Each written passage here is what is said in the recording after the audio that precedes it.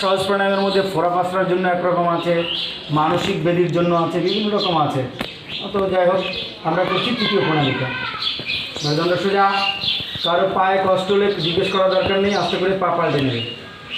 নাও, মাথা চিত, এখানে নেওয়া, এখানে ছাড়া, মাঝখানে নেওয়াও না, মাঝখানে ছাড়াও না।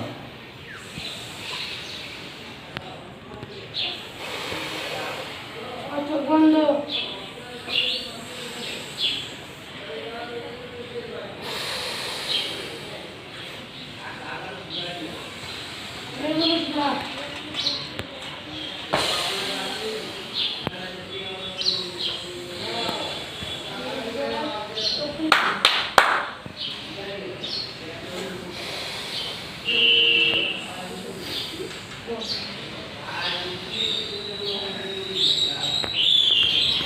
এটার নাম সহজ প্রাণায়াম, তৃতীয় প্রাণায়াম।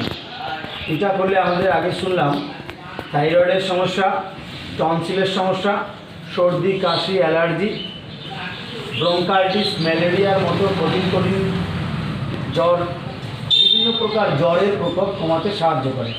তাছাড়া এই প্রাণায়াম আমাদের শ্বাসকষ্ট, হাঁপানি এগুলো কমাতেও বিশেষভাবে সহায়তা করে। তবে এই প্রাণায়াম জ্বর চলাকালীনও করা যায়, কিন্তু সেক্ষেত্রে সকাল বিকেল দুবেলা করে অভ্যাস করবে, তবেই তুমি কিছু লাভ বুঝতে পারবে। নাও নেক্সট আমরা করব, আমরা ফার্স্ট করলাম ভস্ত্রিকা প্রাণায়াম, এখন আমরা তৃতীয় প্রণালীটা এখনও করছি। এই সময় যে এই যে সিজন পরিবর্তনে দেখবা খুব তাড়াতাড়ি আমাদের ঠান্ডা লেগে যায়, হ্যাঁ, এবং কাশি হচ্ছে বা বুকে কফ জমছে, এরকম সমস্যাগুলোর জন্য প্রোটেক্ট ক্ষমতা, মানে অর্থাৎ রোগ প্রতিরোধ ক্ষমতা আমাদের এই প্রাণায়ামটা বেড়ে যায়। বুঝে গেল? তাই এটা কিন্তু মাস্ট করব। এটা একেবারে আমি দেখেছি একটা অব্যর্থ ঔষধ, ব্যর্থ হওয়ার কোনো সম্ভাবনাই নেই। নাও নেক্সট আমরা করব কপালভাতি প্রাণায়াম। কপালভাতি প্রাণায়াম আমাদের মেদ কমাতে বিশেষভাবে সহায়তা করে। এটা কিভাবে করতে হবে? সজোরে নিঃশ্বাস নিক্ষেপণ, পার সেকেন্ডে 1 বার, মিনিটে 60 বার। যারা একটু ব্যাধিগ্রস্ত বা রোগাগ্রস্ত তাদেরকে এই প্রাণায়ামটি অভ্যাস করাতে হবে 3 সেকেন্ডে 2 বার, বা 1 সেকেন্ড গ্যাপ দিয়ে, মানে 2 সেকেন্ডে 1 বার, এরকম। কিন্তু যারা আমরা সুস্থ তারা এই প্রাণায়ামটি অভ্যাস করতে পারি পার সেকেন্ডে 1 বার করে। এটা কি? সজোরে নিঃশ্বাস নিক্ষেপণ, একদমে একেবারে কাপড় কাচলে বা কোদাল চালালে বা কুড়োল চালালে যেমন করে আমাদের বায়ু নিক্ষিপ্ত করতে হয় বা বেরিয়ে যায়, তদ্রূপভাবেই আমি শ্বাসটাকে প্রয়োগ করব বা ধাক্কা দিয়ে বের করব। নেওয়ার দিকে ধ্যান কম, ছাড়ার দিকে ধ্যান বেশি।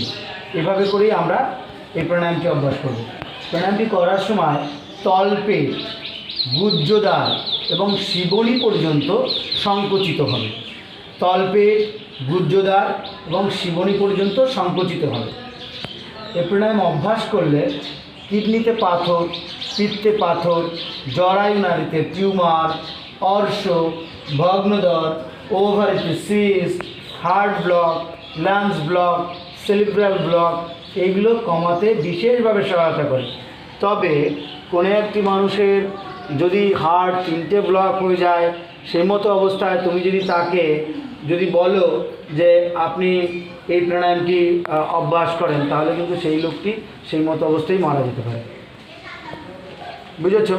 কারণ এতটা পাঞ্চ, মাত্র 8 জন যদি একটা তক্তাবসের উপর প্রেক দিয়ে মারা যে তক্তাবস, সেই তক্তাবসের উপর, মানে বাংলা খাট যাকে বলে, তাতে বসে যদি এই কপালভাতি করা হয়, তাহলে মোটামুটি 5 থেকে 7 দিনের মধ্যে সেই তক্তাবসটা, প্রেকগুলো খসে তক্তাবসটা ভেঙে নিয়ে পড়ে যাবে। কপালভাতিতে এতটাই ধাক্কা লাগে। আমি তোমাদের বাড়িতে যদি বেড জয়েন্ট দেওয়া, মানে নাট বল্টু সিস্টেম যে খাট, ওটার উপরে আমাকে নিয়ে কপালভাতি করিয়ে দেখবে, তোমাদের সেই খাটটাও নড়বে, এতটাই প্রেশার পড়ে। গুহ্যদ্বার এবং শিবনি যেন সংকুচিত হয়। কপালভাতি সহজ কথা নয়, নিয়মিত অভ্যাসে কপালভাতি 1 মাসে 5 থেকে 8 কেজি ওজন কমে। তাহলে ওজন কমাতে বিশেষ সহায়তা করে এই কপালভাতি প্রাণায়াম। কন্টিনিউ। আমার এখানে একজন স্টুডেন্ট তোমাদের রাউতরা গ্রাম পঞ্চায়েতে চাকরি করে, ওর আমি ওজন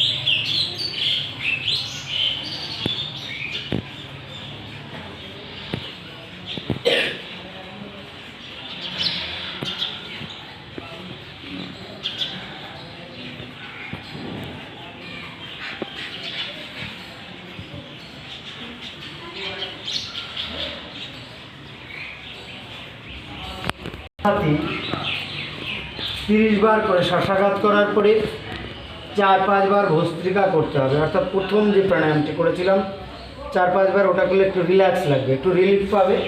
তারপরে কোমরটাকে এরকম ঘুরিয়ে নেবে। কপালভাতি করার সময়, করা অবস্থায় কিডনির দুপাশে বা কোমরে ব্যথা করতে পারে, মাথা চক্কর কাটা লাগতে পারে, গা বমি বমি হওয়া লাগতে পারে, মাথার দুপাশ যন্ত্রণা করতে পারে, বুকে একটু ব্যথা ব্যথা লাগতে পারে, এগুলো হতে পারে।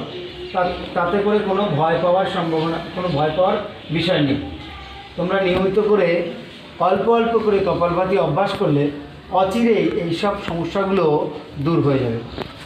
আর যে সকল কঠিন দুরারোগ্য ব্যাধির কথা বললাম, নিয়মিত অভ্যাস করলে সত্যি বলতে প্রাণায়ামের যদি কোনো ছবি পাওয়া যেত, যেমন আসনের ছবি পাওয়া যায়, তাহলে ঠাকুরের সিংহাসনের পাশে আর একটি সিংহাসন করে প্রাণায়ামের ছবি রেখে আমি পুজো করতাম। প্রাণায়ামে এতই মহৎগুণ। তাহলে আমরা কপালভাতিটা আরও 30 বার একটু করে নিই, আরও 30 বার একটু করে নেব।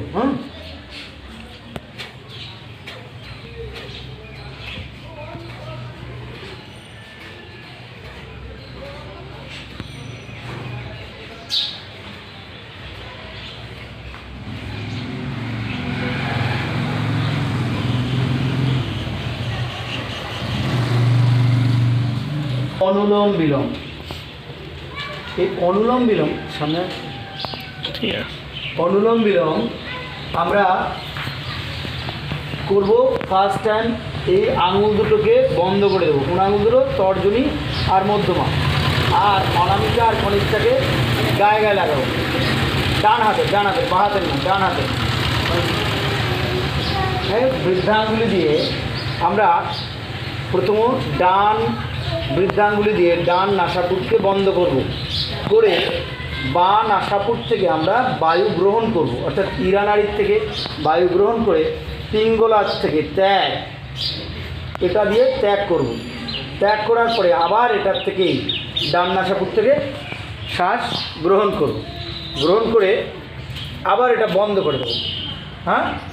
বন্ধ করে দিয়ে অপোজিটে ত্যাগ, অর্থাৎ এটায় গ্রহণ, অপোজিটে ত্যাগ আগে, গ্রহণ পরে, আবার অপোজিটে ত্যাগ আগে, গ্রহণ পরে। এইভাবে করে আমরা নাড়ি শোধন প্রাণায়াম বা অনুলোম বিলোম প্রাণায়াম অভ্যাস করব। চলো, এটা প্রাথমিক বা গৃহীদের জন্য, প্রাথমিক পর্যায়ে বা গৃহীদের জন্য এইভাবেই অনুশীলন করা উচিত। তারপরে যারা সাধক বা যারা যোগ নিয়ে ভালো কিছু রপ্ত করতে চাও, তারা কুম্ভক যোগেও এটা করা যাবে। সেটা পরেই আমি তোমাদেরকে শেখাবো। চলো, ফার্স্ট এই কোথার থেকে নেব? বাঁ নাক থেকে।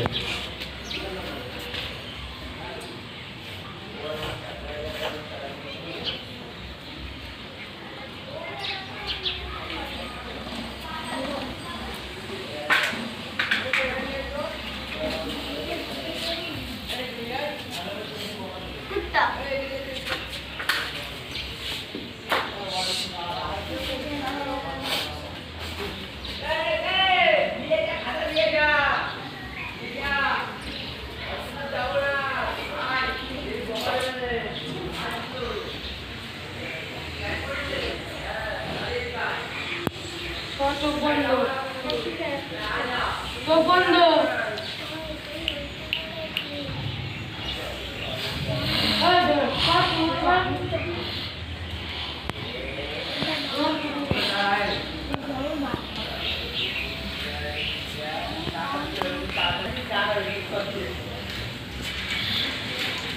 আমি এটা যেমন 4 রাউন্ড করলাম, এরকম করে তোমরা প্রথম 5 রাউন্ড 10 রাউন্ড অভ্যাস করবে, মানে নেওয়া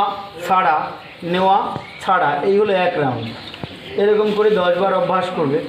এটা প্রথম করলে একটু মাথা ঝিমঝিম লাগতে পারে, হ্যাঁ, মাথা ঘোরানো লাগতে পারে, কিন্তু ভয় পাবার কোনো ব্যাপার নেই। এটাকে নাড়ি শোধন প্রাণায়ামও বলা হয়। এই প্রাণায়ামটি অভ্যাস করলে আমাদের দেহের মধ্যে 72 কোটি নার্ভস আমাদের ব্লাড সার্কুলেশন বাড়িয়ে দেয়। কোনো নার্ভের যদি ব্লক হয়ে থাকে সেটাকে সেই ব্লকেজকে ঠিক করে দেয়। তাহলে কি সঙ্গে অর্থাৎ হার্টের ব্লক থাকলে সেটা সারাবে। এমনকি চোখের মধ্যে সরু যে শিরাগুলো আছে না, চোখের মধ্যে দেখতে পাও, একজন আরেকজনের চোখ বা আয়নায় দেখবে সরু যে শিরাগুলো, এগুলোর ব্লাড সার্কুলেশনও বাড়িয়ে দেয়। ফলে আমাদের সমস্ত প্রকার নার্ভের সমস্যার থেকে আমরা পরিত্রাণ পেতে পারি। এই প্রাণায়াম নিয়মিত অভ্যাস করলে আমাদের কনসেন্ট্রেশন বাড়ে এবং আমাদের চঞ্চলতা প্রমোশিত হয়। তৎসহ আমাদের বুদ্ধির বিকাশ ঘটে। বোঝা গেল? এই প্রাণায়াম